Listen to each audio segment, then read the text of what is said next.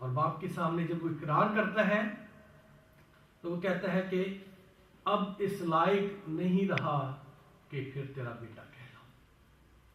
اب اس لائق نہیں رہا کہ تیرا بیٹا کہلاؤں. اگلا جملہ باپ نے نہیں کہنے دیا اس کو، کیونکہ اگلا جملہ وہ یہ کہنے والا تھا کہ مجھے اپنے نوکروں جیسا جان. اس نے نہیں کہنے دیا اس کو. اس سے پہلے ہی جیسے ہی اس نے اس کو یہ بات کہی 21 آیت میں لکھا ہے کہ بیٹے نے اس سے کہا اے باپ میں آسمان کا اور تیری نظر میں گناہ گار ہوا، اب اس لائق نہیں رہا کہ پھر تیرا بیٹا کہلاؤں.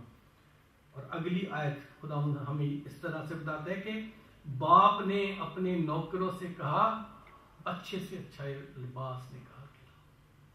اس کی بات پوری نہیں ہونے دی اس نے، کیونکہ باپ اسے پیار کرتا تھا.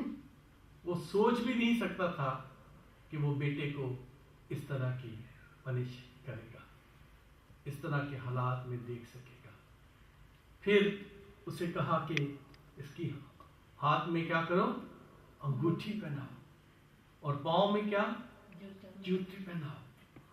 اور پھر چوتھی بات خوشی منانے کی بات ہے. کیا کرو، خوشی. اور خوشی جو ہے عام سی خوشی نہیں ہے، بڑی ضیافت کا انتظام کیا. کلام میں لکھا ہے کہ پلا ہوا موٹا تازہ بچڑا جو ہے وہ ذبح کیا گیا اس کے لیے، اور سارے گاؤں کے لوگ مل کے وہاں خوشی کر رہے ہیں، ناچ رہے ہیں، گا رہے ہیں. اس ساری تمثیل کا جو روحانی پہلو ہے وہ یہ ہے کہ ہم انسان جو آدم کی اولاد ہیں مگر باپ کا گھر نافرمانی کر کے اور ایک ختم ہونے والی چیز کے لیے چھوڑنے کا فیصلہ کر کے آج اس دنیا میں مصیبتوں میں گرفتار ہے. کیونکہ آدم نے جب گناہ کیا تو کیا خدا نے سزا دی آدم کو، اور کیوں محنت، ہاں کیوں، کیونکہ زمین تیرے سبب سے لعنتی ٹھہری. آدم اسی مٹی سے بنا تھا، وہ مٹی جس میں سے آدم بنا تھا وہ لعنتی ٹھہری اس کے گناہ کے سبب سے.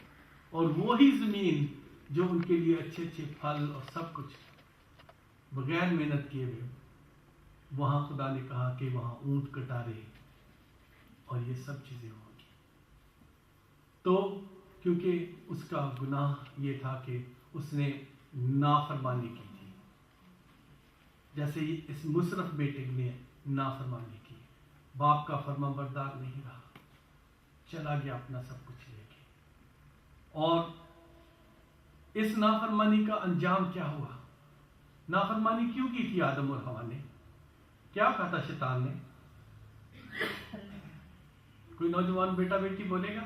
پھل. ہاں پھل تو ٹھیک ہے، لیکن پھل کھانے کے لیے لالچ کیا دیا تھا شیطان نے؟ خدا جیسے تیری آنکھیں اور تم کس کی مانند ہو جاؤ گے؟ خدا کی مانند ہو جاؤ گے. تو لالچ یہ تھا کہ ہم خدا کی مانند ہو جائیں گے، ہماری آنکھیں کھل جائیں گی. مگر کیا ہوا؟ آنکھیں کھلی تو کیا تھا؟ آنکھیں کھلی تو 3 باب پیدائش 3 باب اور اس کی 7 آیت. تب دونوں کی آنکھیں اور انہوں نے اور ان کو معلوم ہوا کہ وہ ننگے ہیں. یہ ان کو اس کا پھل کھانے کا انجام ہوا. سب سے پہلے ان کی زندگی میں شرمندگی آ گئی. سب سے پہلی چیز جو گناہ کی وجہ سے زندگی میں آتی ہے وہ شرمندگی ہے. سو میرے عزیزو بچوں، میں اس بات کو آپ کے سامنے رکھنا چاہتا ہوں. بے شک گناہ بڑا لذت دار اور انجوائیبل چیزیں لگتی ہیں جو گناہ کی طرف مل جاتی ہیں، لیکن وہ ہمارے لیے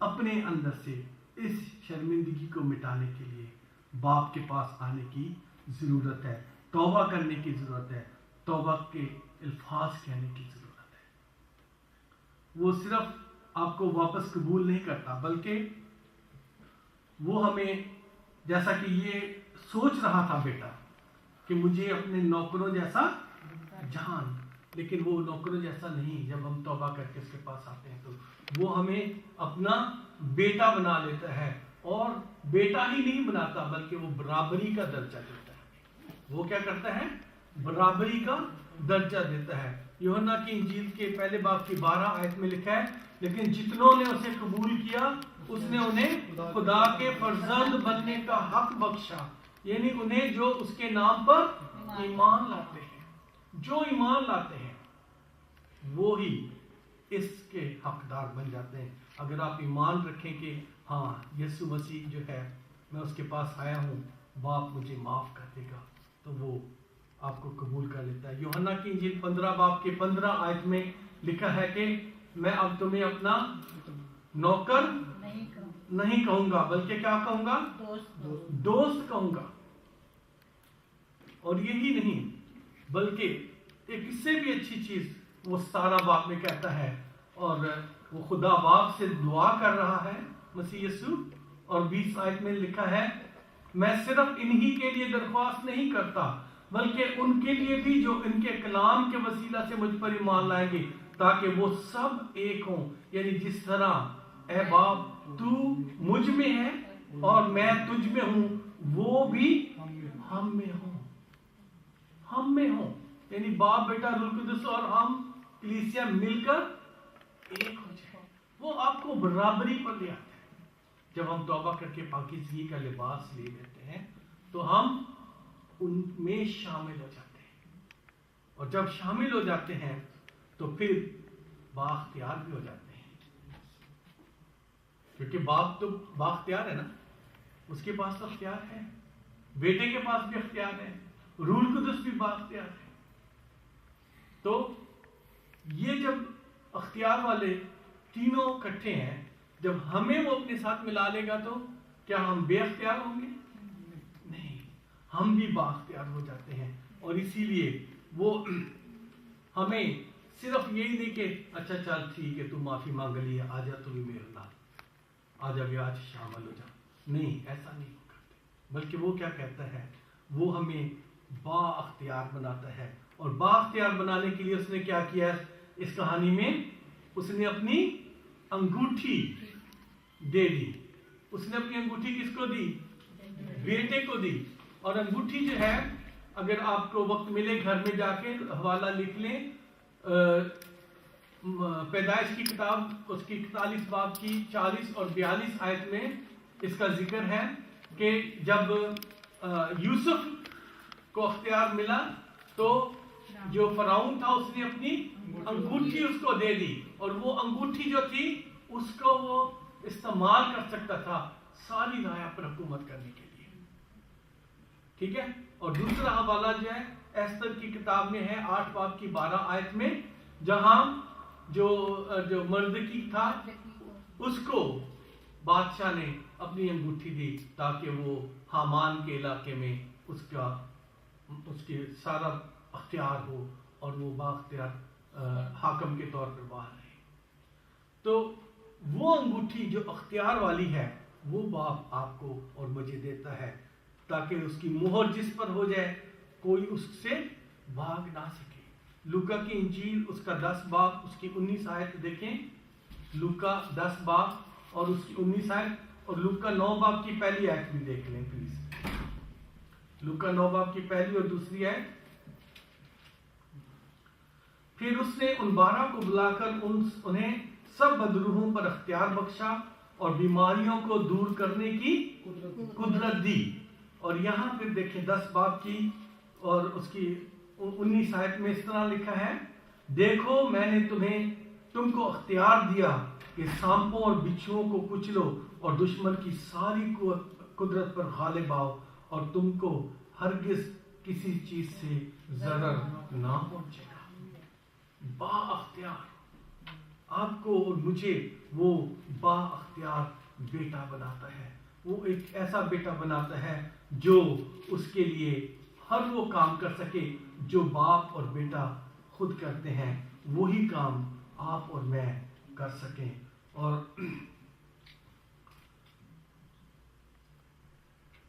خدا ہماری زندگی میں چاہتا ہے کہ ہم اس اختیار کو ایمان کے ساتھ کر سکیں. کائنات یسوع کا حکم مانتی تھی کہ نہیں مانتی تھی؟ ہوا اور پانی اس کا حکم مانتے تھے. درخت کو کہا تجھ میں کبھی پھل نہ لگے، اگلے دن وہ سوکھ گیا تھا. اور ہوا اور پانی جب طوفان آیا تو یسوع نے انہیں جھڑکا اور حکم دیا اور وہ خاموش ہو گیا، تھم کے. اور یسوع کیا کہتا ہے مرکز کی انجیل میں 11 باب میں کہتا ہے میں تم سے سچ کہتا ہوں کہ جو کوئی اس پہاڑ سے کہے کہ تو اکھڑ جا اور سمندر میں جا پڑ اور اپنے دل میں شک نہ کرے بلکہ یقین کرے کہ جو کہتا ہے وہ ہو جائے گا، اس کے لیے وہی ہوگا. آپ اور میں بااختیار ہیں جب ہم توبہ کر کے اس قوت کا لباس لے کے یسوع کے پاس آ جاتے ہیں. ہم گناہ اور اس کی قوت کو جھڑک سکتے ہیں اور بیماریوں کو جھڑک سکتے ہیں اور ہم بدروؤں کو جھڑک سکتے ہیں. کوئی آپ کو ضرر نہیں پہنچا. اس لیے میرے عزیزو ڈرنے کی بات نہیں ہے. میں نے تجربہ کیا 13.5 سال کی عمر میں اور میرا ایمان ہے کہ آپ بھی کر سکتے ہیں. کسی بھی عمر میں آپ صرف یسوع کا اختیار استعمال کریں اور بدروئیں آپ کی زندگی سے اور لوگوں کی زندگی سے بھاگ جائیں گی. کوئی جادو ٹونا آپ کے نزدیک آنے نہیں پائے گا. کوئی آپ کے خلاف منہ کھول نہیں پائے گا کیونکہ یسوع آپ کے ساتھ ہے. آپ اس کے بیٹے ہیں. اس کے بعد کیا دیا گیا؟ جوتی. اس کے بعد کیا دیا گیا؟ اختیار کے ساتھ جوتی دی گئی. اور جوتی جو ہے ہمیں جب ہم باہر واک کرتے ہیں یا چلتے پھرتے ہیں تو ہمارے پاؤں کو زمین کی تپش سے اور ٹھنڈک سے بچاتی ہے. ہمارے پاؤں گندگی میں پڑنے سے بچاتی ہے. ٹھوکر کھلانے والی چیزوں سے اور پتھروں سے ہمیں بچاتی ہے. یہ ہے جوتی کا کام. یہی ہے نا، اس لیے پہنتے ہیں نا. ٹھیک ہے. آج کل تو فیشن بھی بن گئے میں، بہت سے ڈفرینٹ ڈیزائنز میں ہم پہنتے ہیں ڈفرینٹ جوتیاں. لیکن اصل میں تو جوتی کا کام یہ ہے کہ وہ آپ کے پاؤں کی حفاظت کرے. اور پاؤں کی حفاظت کی کیا ضرورت ہے؟ کیوں پاؤں کی حفاظت کی ضرورت ہے؟ سب سے پہلی بات، یسوع نے جب شاگردوں کے پاؤں دھو رہا تھا تو پطرس سے کیا کہا؟ پطرس نے کہا کہ تو میرے پاؤں کبھی بھی دھونے نہ پائے گا. تو یسوع نے کہا اگر میں تیرے پاؤں نہ دھوں تو میرے ساتھ شامل. تو پھر اس نے کہا کہ مجھے صرف پاؤں نہیں، میرا سر بھی دھو، مجھے نہلا دے پھر سے. یسوع نے کہا نہیں، جو نہا چکا اسے نہانے کی ضرورت نہیں، صرف پیروں کا خیال کرو. کیوں؟ کیونکہ یہی پیر ہیں جو ہمیں بد چلنے کی راہ پہ لے جاتے ہیں.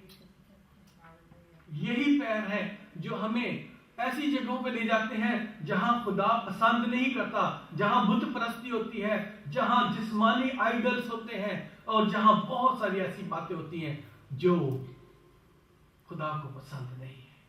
اسی لیے پاؤں کی حفاظت کی ضرورت ہے. اور جب پاؤں کی حفاظت ہوئے گی تو پھر کیا ہے؟ آپ کے پاؤں خوشخبری کا کام کریں گے. آپ کے پاؤں کیا کام کریں گے؟ خوشخبری کا. مبارک ہے وہ قدم جو خدا کی خوشخبری کی باتیں لے کے آتے ہیں، جو خوشی کی خبر لاتے ہیں. مبارک ہے وہ قدم. کیوں؟ کیونکہ انہوں نے صلح کی خوشخبری کے جوتے پہنے ہوئے ہیں. اور وہ آپ کو مل سکتے ہیں. اس کا حوالہ جو ہے افسیوں کے خط میں 6 باب کی 12 آیت میں لکھا ہوا ہے. اگر کوئی پڑھنا چاہے تو پڑھ لے بے شک. افسیوں 6 باب کی 12 آیت سے پڑھ لیں. اس واسطے تم خدا کے سب ہتھیار باندھ لو.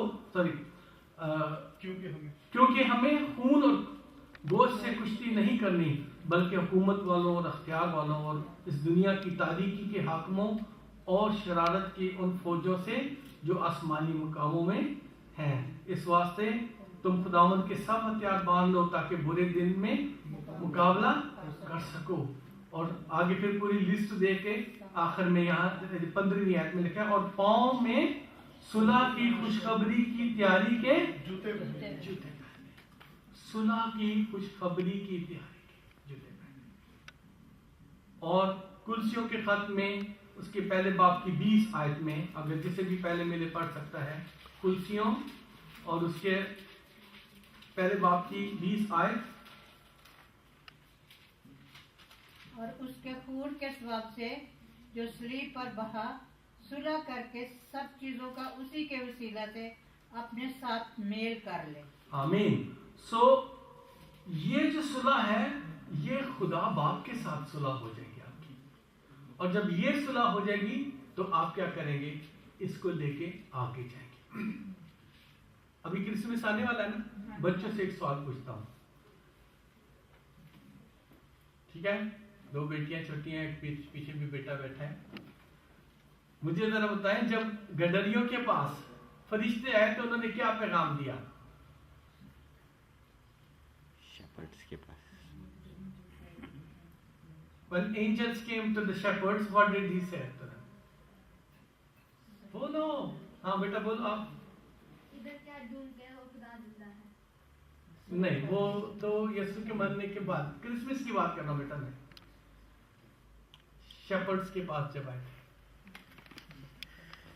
اچھا یسوع انہوں نے یہ کہا تھا کہ زمین پر ان آدمیوں کے لیے جن سے وہ راضی ہے صلح، ٹھیک ہے، وہ پیس لے کر آتے ہیں۔ تو آپ کے قدم جب یسوع کی جوتیاں پہن لیتے ہیں، صلح کے جوتے پہن لیتے ہیں، تو پھر خوشی کی خبر لے کے جاتے ہیں، جو ابھی آپ نے بیٹے نے کہی ہے کہ وہ زندہ ہو گیا ہے۔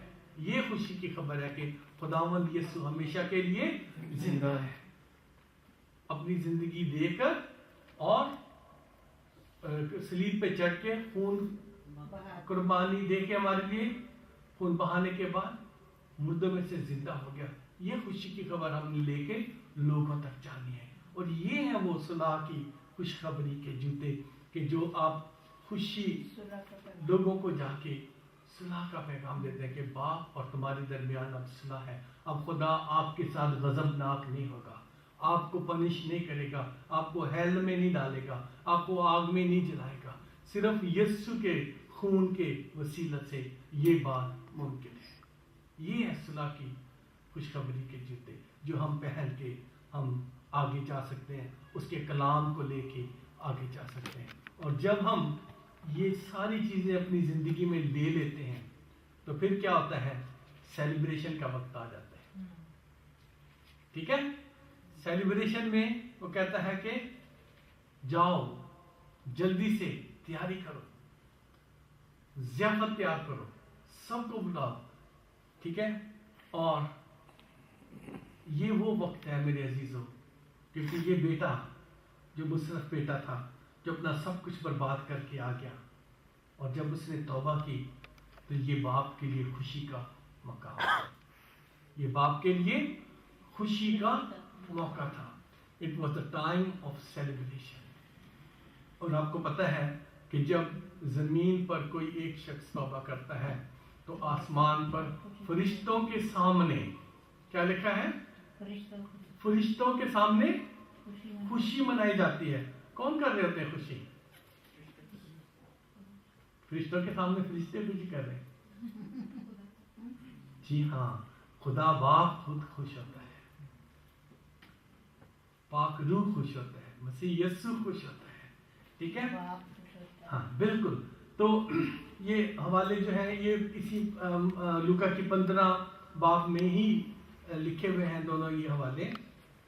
اگر اوپر چلے جائیں گے پڑھنے کے لیے تو یہاں 7ویں آیت میں لکھا ہے، میں تم سے کہتا ہوں کہ اسی طرح 99 راست بازوں کی نسبت جو توبہ کی حاجت نہیں رکھتے، ایک توبہ کرنے والے گناہ گار کے باعث آسمان پر خوشی ہوگی، ٹھیک ہے؟ اور پھر اسی میں 10ویں آیت جو ہے اس میں لکھا ہے میں تم سے کہتا ہوں اسی طرح ایک توبہ کرنے والے گناہ گار کے باعث خدا کے فرشتوں کے سامنے خوشی ہوتی ہے، اور خوشی کرنے والے باپ بیٹا اور ان کے ساتھ خوشی سے جھومتے ہیں، ناچتے ہیں کہ آج ایک میرا بچہ واپس آ گیا ہے، آؤ ضیافت کریں۔ ضیافت ہوتی ہے، بڑی سیلیبریشن ہوتی ہے، پارٹی ہوتی ہے۔ تو میرے عزیزوں، آپ اور میں کبھی بھی ایسا نہ سوچیں کہ ہم اگر گناہ میں گر گئے، اگر ہماری زندگی میں کوئی ایسی بات آ گئی، اب پتہ نہیں اب میں باپ کے سامنے جا سکوں گا کہ نہیں جا سکوں گا، اب پتہ نہیں میں باپ کو پھر ابا کہہ کے پکار سکوں گا کہ نہیں پکار سکوں گا۔ کرنا کیا ہے؟ صرف ہوش میں آنے کی ضرورت ہے، بار بار اسے تکلیف نہ دیں، وہی گناہ بار بار کر کر کے، کیونکہ آپ اور میرے گناہ کے سبب سے وہ دکھی ہوتا ہے، آپ کے اور میری غلطیوں کے سبب سے وہ دکھی ہوتا ہے۔ اس نے بیٹا تو، ہم بیٹے تو ہیں اس کے، مسیح گھرانے میں پیدا ہوئے، مسیحی بن گئے ہم اس کے، لیکن جب ہم سے غلطی ہو جاتی ہے، یہ بیٹا تو تھا اس کا نا، لیکن خدا سے دور چلا گیا۔ آدم بھی اسی کا بیٹا تھا، خدا سے دور چلا گیا، اور جب ہم توبہ کر کے اس کے پاس آ جاتے ہیں تو پھر ہم اس کے بچے کہلاتے ہیں۔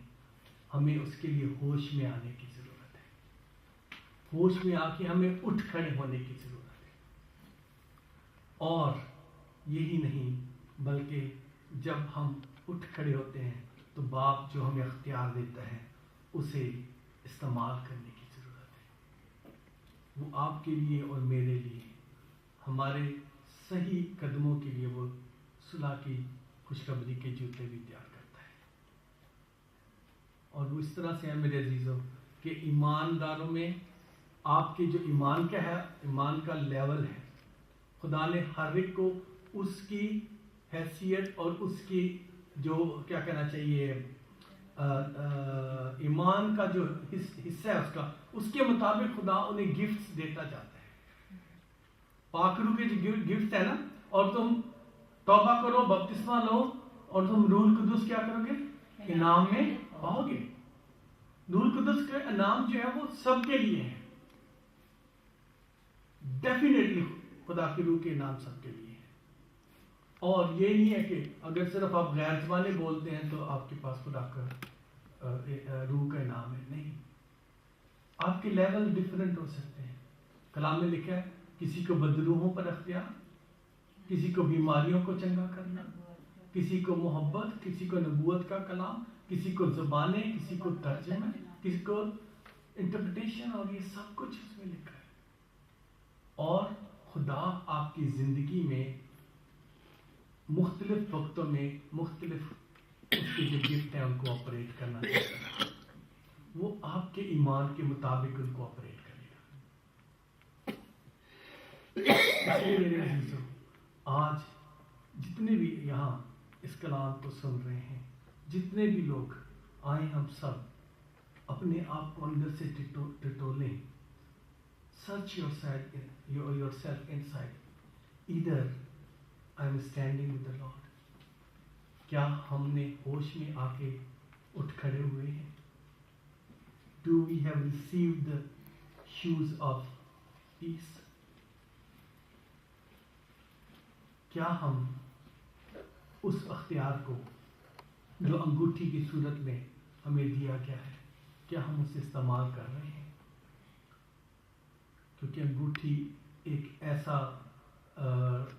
ornament ہے جو ہم پہنتے ہیں، ایک ایسا جیولری ہے جو کہہ سکتے ہیں جس کا کوئی اینڈ نہیں ہوتا، سرکل ہے، وہ آپ اس کے اوپر ہاتھ گھماتے جائیں گھماتے جائیں۔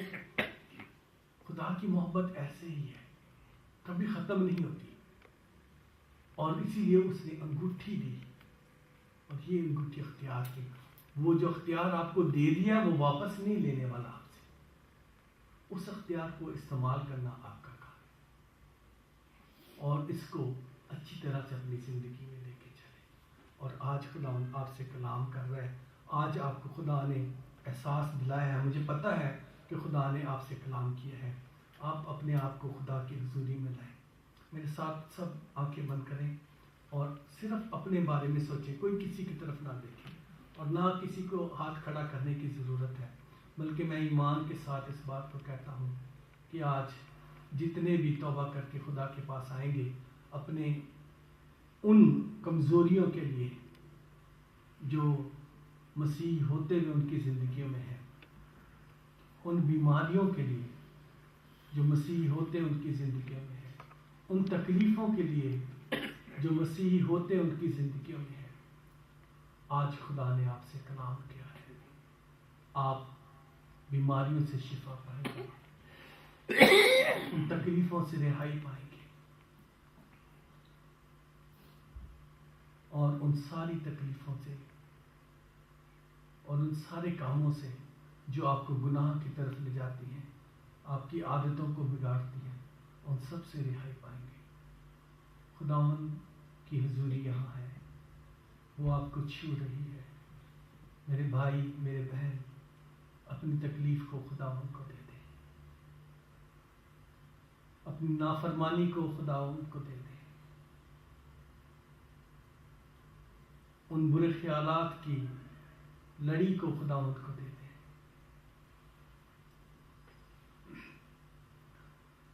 نہ چاہتے ہوئے بھی بری فلموں کی طرف دھیان جو جاتا ہے، اسے خداوند کو ہاتھ میں دے دیں.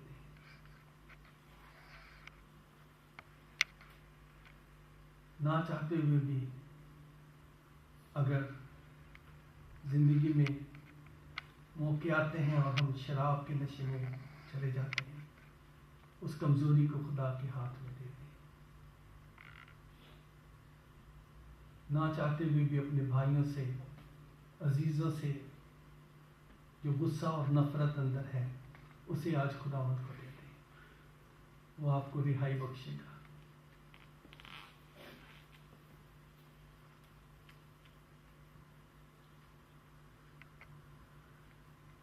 ہاللیلویا، ہاللیلویا. خدا لشکروں کے خدا، تیرے حضور جھکتا تیرے نام کو مبارک کہتا ہوں، تیرے نام کو اونچا کرتا ہوں. خدا آج تیرے بچوں نے اپنا دل تجھے دیا، اپنی زبان سے خدا نے اقرار کیا ہے کہ خدا ان کی زندگی کی کمزوریاں کیا ہیں. خداوند تو نے ان کی دکھتی رات پہ ہاتھ رکھا ہے، اب اس ہاتھ سے شفا کو جاری کرتے. خداوند ان جسمانی کمزوری والوں کو بھی، خداوند جو کسی بھی طرح کی بیماری میں، درد میں مبتلا ہے، خداوند تو مکمل شفا دے کر رہائی بخش دے. اور خداوند آج سچ مچ تیرے بچے بااختیار ہو کے یہاں سے نکلے اور تیرے نام کو لے کے، اس خوشخبری کو لے کے دنیا کے کونوں کونوں تک پہنچ جائے، لوگوں کو بتا سکے کہ تو نے کیسے بڑے عجیب کام ان کی زندگی میں کیے. اپنا ہاتھ بڑھا اور انہیں چھو. ہم سب کی دعاؤں کو آج جو کچھ تیرے حضور گزرانی گئی، سن لے، قبول کر لے، یسوع کے نام میں.